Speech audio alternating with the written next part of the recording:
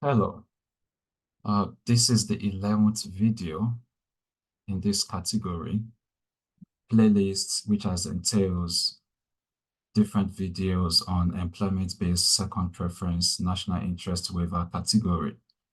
If this is the first time you are watching my video, I will advise you to follow the recommendation as described in the description or comment section on how you should follow through the respective videos I've already made.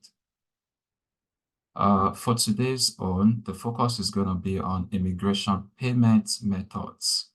Now we are assuming that you are done with writing your self-petition. You've tried to assemble everything together and you want to make payments. Now, how do you go about it? That's what this video is all about. Filing fee amount. Talking to this, the advice I will give to you is that at any point in time, when you want to submit your petition, make sure you check the current filing fee. This is because the fee is subject to change, so it's always best to confirm the current amount on the USCIS website. And again, in the description or comment section, I will put the direct website where you can always check and confirm the current filing fees as well as instructions. For those that are going to be using credit card payments method, you need to fill an additional form, which is called Form G1450.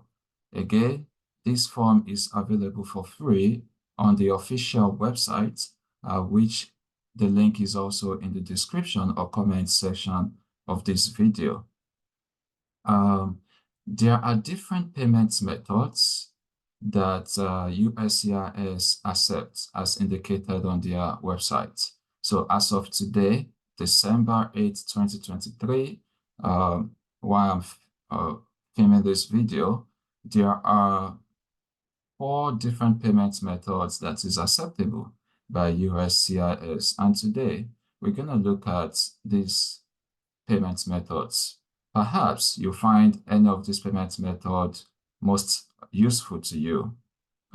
Some prefer one to the other, and for some, in order to be on the safe side, they decide to use a particular payment method. So let's look at this.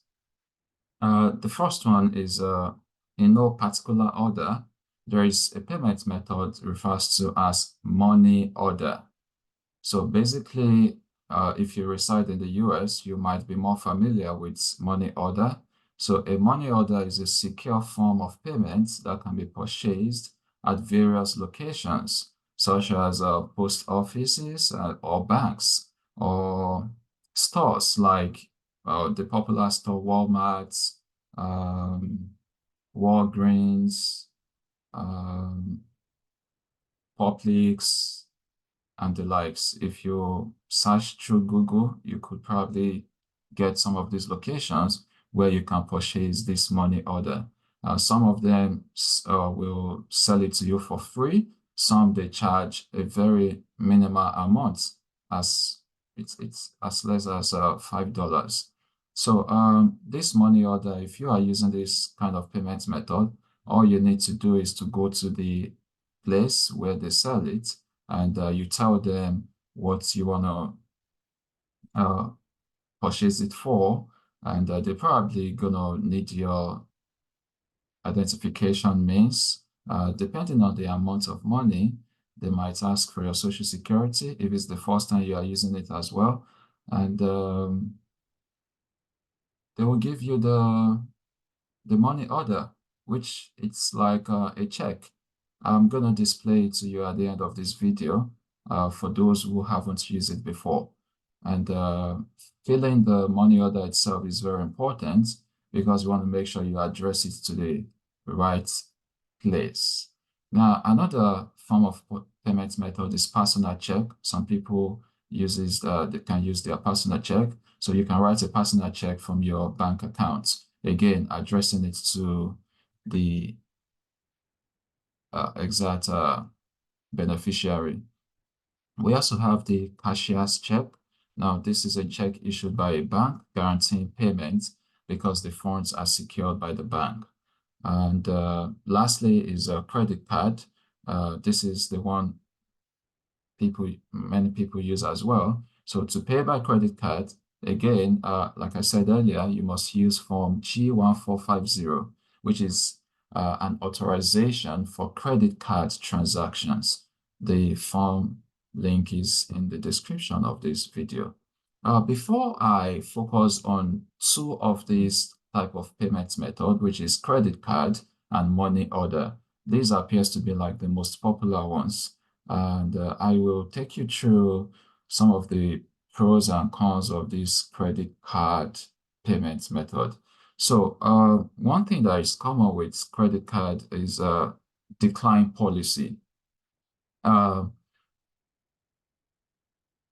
Look at it this way. There are instances where you want to use your credit card to make a payment, and depending on the amount of the transaction, you probably, the owner of the card, will receive like a text message or a notification asking you if you are the one authorizing such payments. And when you give your consent to say, yes, it is you, then the transaction will be successful. When you decline it, no, the transaction will not be successful. In instances where you are using credit card for your immigration petition payments, and it's the officer that is gonna want to do the transaction. And at the point when they want to carry out the transaction, if you are not aware, maybe you are not with your phone or app, and you're not aware that such transaction is taking place at that point in time, and unfortunately you received the notification, but you're not there, and you couldn't accept it, that means the transaction will not be successful when the officer is trying to, take the money for your petition. So this is some of the disadvantage of using credit card. And some of you might not have such restrictions. Some of you might have such restrictions. So you want to be very careful which way to go. Now, single attempt policy. So USCIS will only attempt to process your credit card payment once, only once. So when they try the first time and it doesn't go through, they won't try it again. That is what is written officially on their website. So if the transaction is declined for any reason, they will not try to process the payment again. So it's in your hands. Do you want to risk it or not? The advantage credit card may offer anyway is that if you are filing your petition and you don't have the cash at hand and you still have the credit, of course, it's advantageous that way to use your credit card. However, it comes with its own disadvantage. So application rejection for declined payments. Like I've said, if your credit card payment is declined, USCIS will reject your application, petition, or request due to that lack of payments. And this means that your submission will not be processed further. So again, you now need to choose if you want to go that route or not.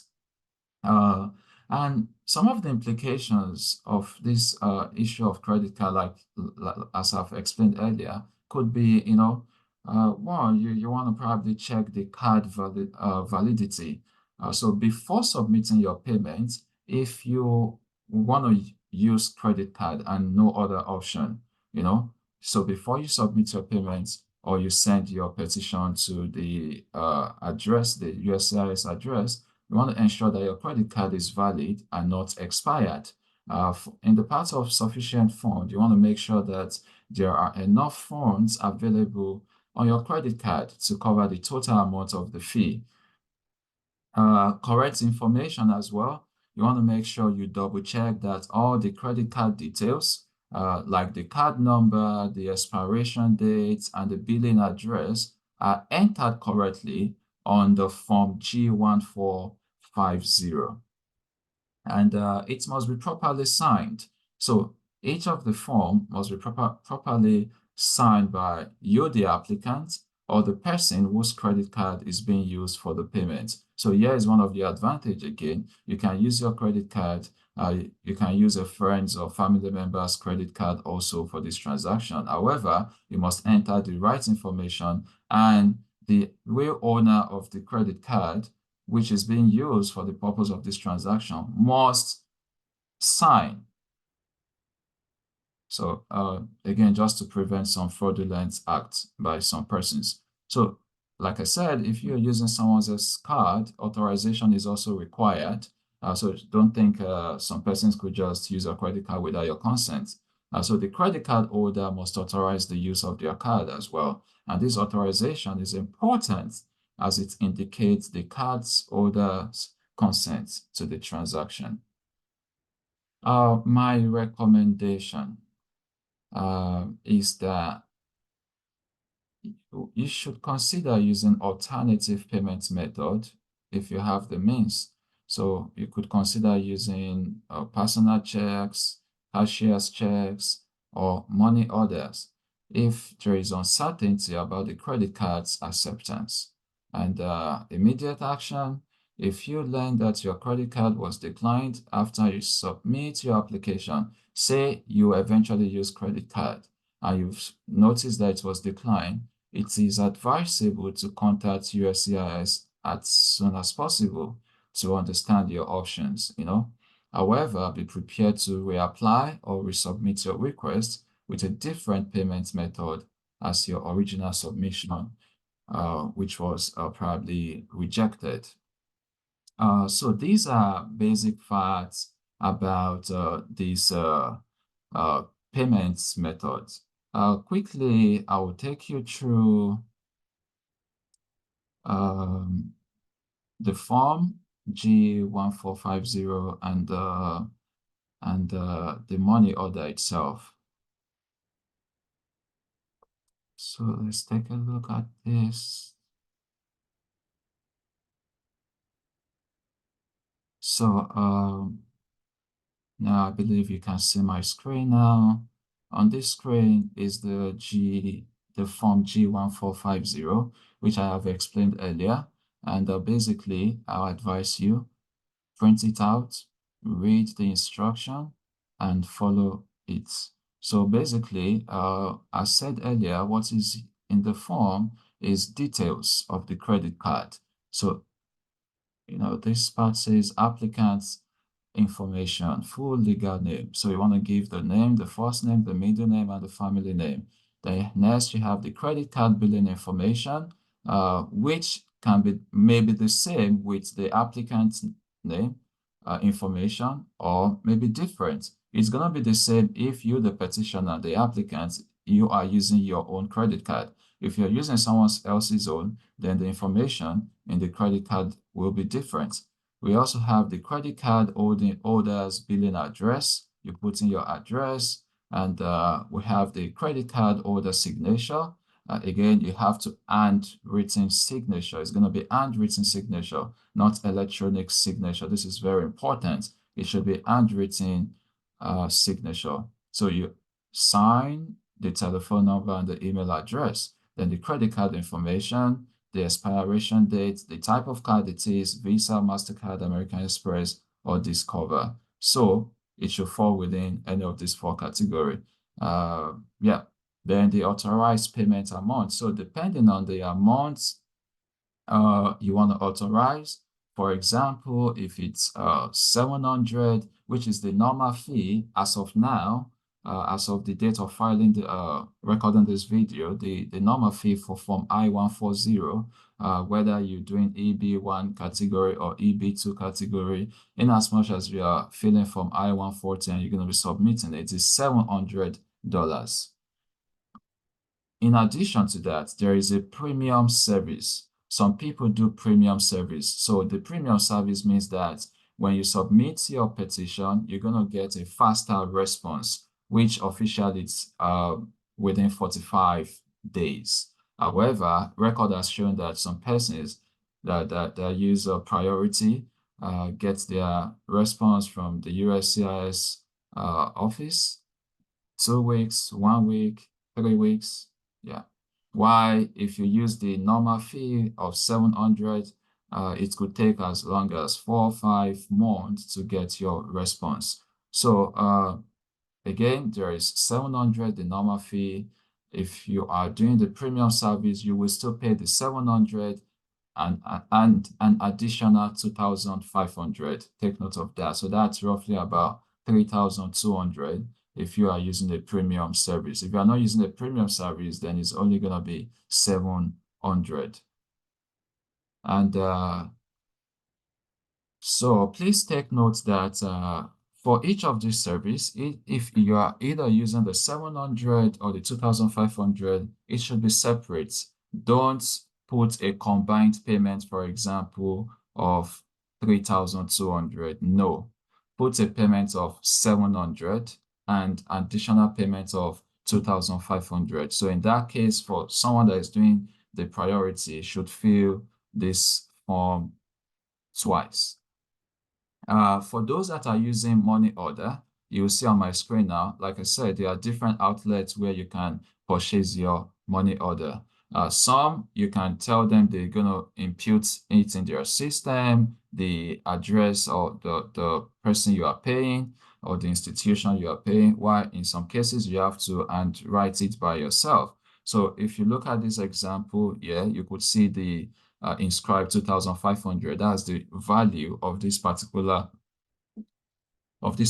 money order, 2,500. Take note, there are some outlets you go to, they don't have just one form for this 2,500. In that case, they could give you 5 different of this money order. Each could be 500, 500, in 5 places. It's still possible as well. In all of this, combine it like that together, pay to the order of, you want to include the person you're paying or the institution. And in this case, it's asking from, so from who, you include that.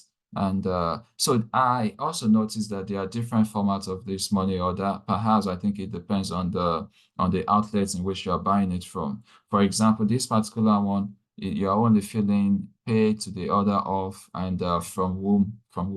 If you look at this second one I'm going to show you right now, you could see that it's a bit different. You can see the money value written boldly here, 500 in this case. And you can see also pay to the order of, again, the office you are paying it to. In this case, is U.S. Department of Homeland Security.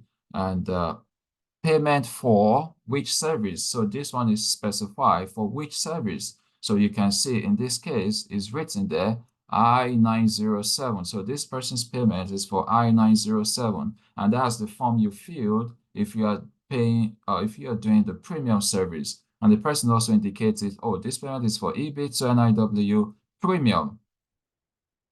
So, and again, this one is asking purchaser's signature. So then you sign this. So again, there are different formats. Just make sure you put in the right details.